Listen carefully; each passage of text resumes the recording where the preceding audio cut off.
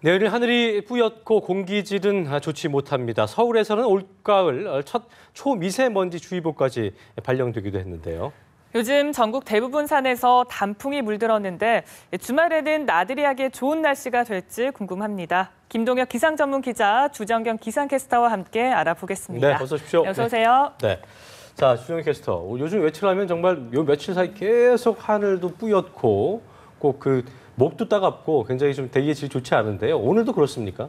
네, 오늘도 조금 공기 질에는 유의를 하셔야겠습니다. 지금 일주일 넘게 미세먼지가 기승을 부리면서 파란 하늘이 그리워지고 있는데요.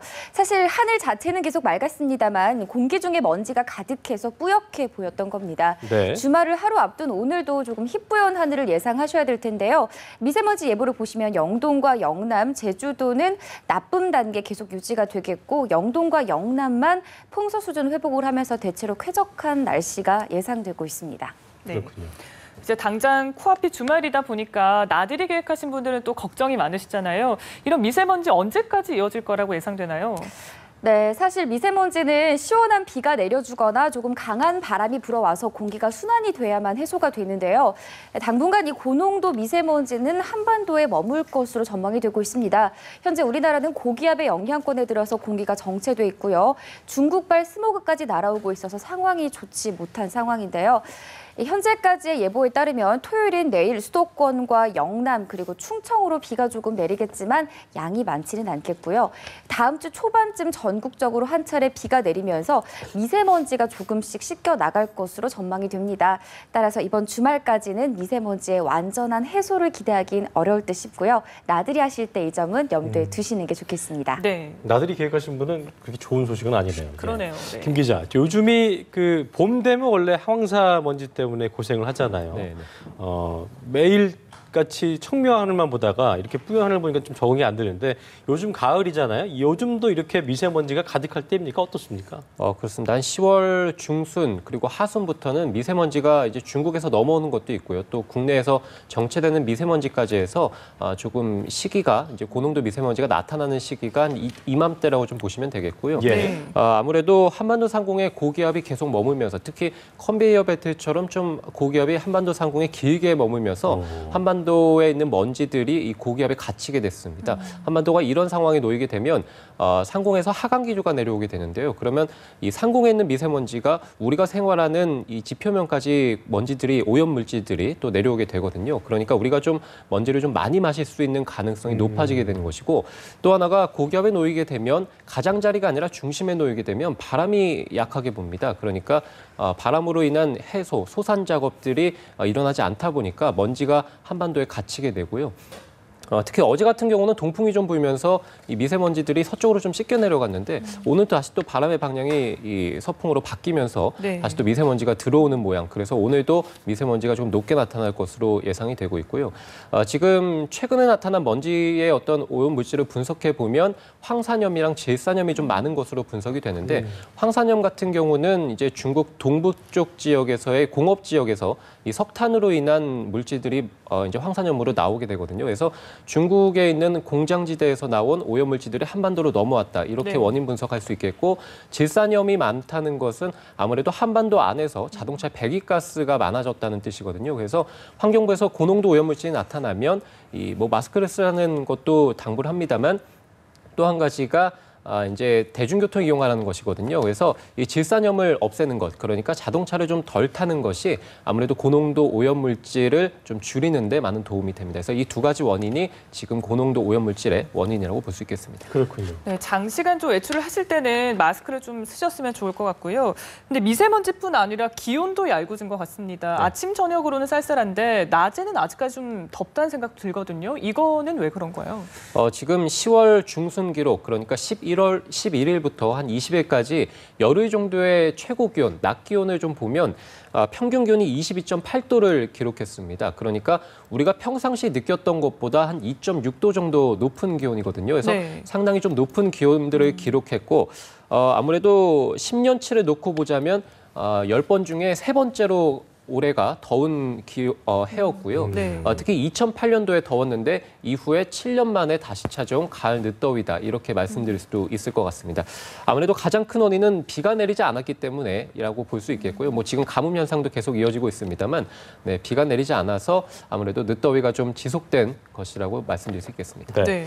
중영 캐스터, 그 단풍 얘기를 좀 해보죠. 지난주가 이제 단풍을 나들이 하기에 가장 절정이다라고 했었는데 이번 주에는 어디가 단풍이 좋을까요? 네, 우리가 흔히 단풍 절정이다라고 하는 표현을 쓰는데요. 산의 80%가 이렇게 알록달록하게 물들었을 때 쓰는 말입니다. 20일인 어제죠. 한라산의 단풍이 절정에 달했다는 보도가 연합뉴스에서 나왔고요. 네. 또 이산가족 상봉 행사가 열리고 있는 금강산도 지금 한창 단풍이 절정에 달했다고 볼 수 있겠습니다. 예. 그 외에도 설악산과 속리산, 지리산 그리고 이 팔공산 등지 대부분의 산에서 이 황금빛 단풍을 감상하실 수가 있겠고요. 네네. 다만 이 무등산과 내장산, 호남 지방의 국립공원의 경우는 1, 2주 정도 더 기다려야 절정에 달한 가을산을 볼 수 있을 것으로 보입니다. 한 가지 아쉬운 소식도 같이 전해드리자면요. 올해는 앞서 말씀드렸듯 가뭄이 조금 심해서요. 예상보다 빨리 낙엽으로 진다는 예보가 나와 있습니다. 강원과 중부지방에서 단풍을 조금 제대로 즐기시려면 이번 주말을 넘기지 않는 것이 좋겠습니다. 이번 주말이 중요하군요. 네. 혹시 뭐 유명한 산들이야 많이들 알고 계실 것 같아요. 정보도 많으니까요. 그런데 왜 숨은 명소들 있잖아요. 이런 것도 좀 소개를 해드리면 좋을 것 같은데 알려주실까요? 네, 저도 그래서 소개를 네. 해드리고자 네. 어제부터 조금 찾아봤는데요. 네, 첫 번째로 문경 사과축제를 추천해드리고 싶습니다. 올가을 제가 가장 많이 말씀을 드렸던 게 바로 큰 일교차라는 단어가 아닐까 싶은데요. 문경에서 빠질 수 없는 게 바로 사과입니다. 네. 요즘처럼 일교차가 큰 날에는 이 사과의 당도도 높아지고 또 단풍색도 예년보다 더 예쁘게 물들 거라는 그런 예보가 나와 있는데요. 사과와 어우러지는 단풍을 함께 즐기기에 좋을 것 같아서 추천을 네. 드리고 싶고요. 예. 이 두 번째로 수도권에서 가을을 즐기기 좋은 곳으로 소요산 단풍 문화제를 꼽고 싶습니다. 이곳은 봄에 진달래꽃이 참 아름답기로 유명하고요. 가을에는 꽃 못지않은 화려한 단풍을 감상할 수 있어서 아마 많은 분들이 이미 알고 계실 것 같은데요.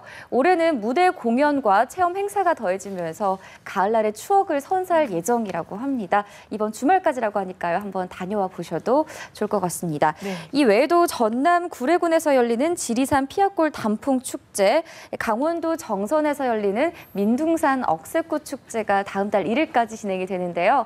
이렇게 보면 앞으로 약 2주 동안 전국 곳곳에서 단풍 축제가 그야말로 절정에 이를 겁니다. 아무래도 짧은 가을인 만큼 잊지 못할 추억을 한번 만들어 보시면 좋을 것 그러니까요. 네, 같습니다. 좋은 나는 정보네요. 좀 탁해도 그래도 꼭 가서서 이렇게 즐겨보시는 것이 좋을 것 같습니다. 네, 대신 마스크는 좀 쓰시면 좋을 것 같고요. 네. 자, 김 기자.